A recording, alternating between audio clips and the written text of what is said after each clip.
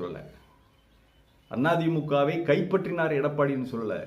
மீட்கின்ற பொழுது இந்த கும்பலிடமிருந்து எடப்பாடி இத்தனை கோடி ரூபாய்களை கொடுத்து மீட்கின்ற பொழுது ஏயா ஒரு கிரை அக்ரிமெண்ட் போட்டியாயா?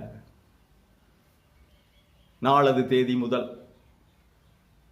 மேற்கண்ட இந்த சொத்தை அதிமுகவை நான் தங்களுக்கு விற்றுவிட்டபடியால், இத்தனை கோடிகளை வாங்கி கொண்டு விற்றுவிட்டபடியால், இனிமேல் தானாதி வினிமய விற்கிரயங்களுக்கு யோக்கியமாய் தாங்களே இந்த சொத்தை ஆண்டனுபவித்துக் கொள்ளுகிறீர்களாகும். இனிமேல் எனக்கும் எந்த சொத்துக்கும் எந்த சம்பந்தமும் இல்லை.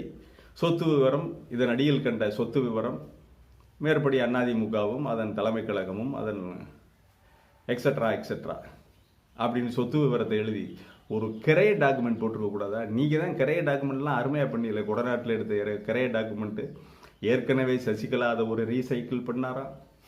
நக்கீரன் பிரகாஷ் என்ன அருமையாக சொல்லுவார், ஒரு ரீசைக்கிள் பண்ணாங்க.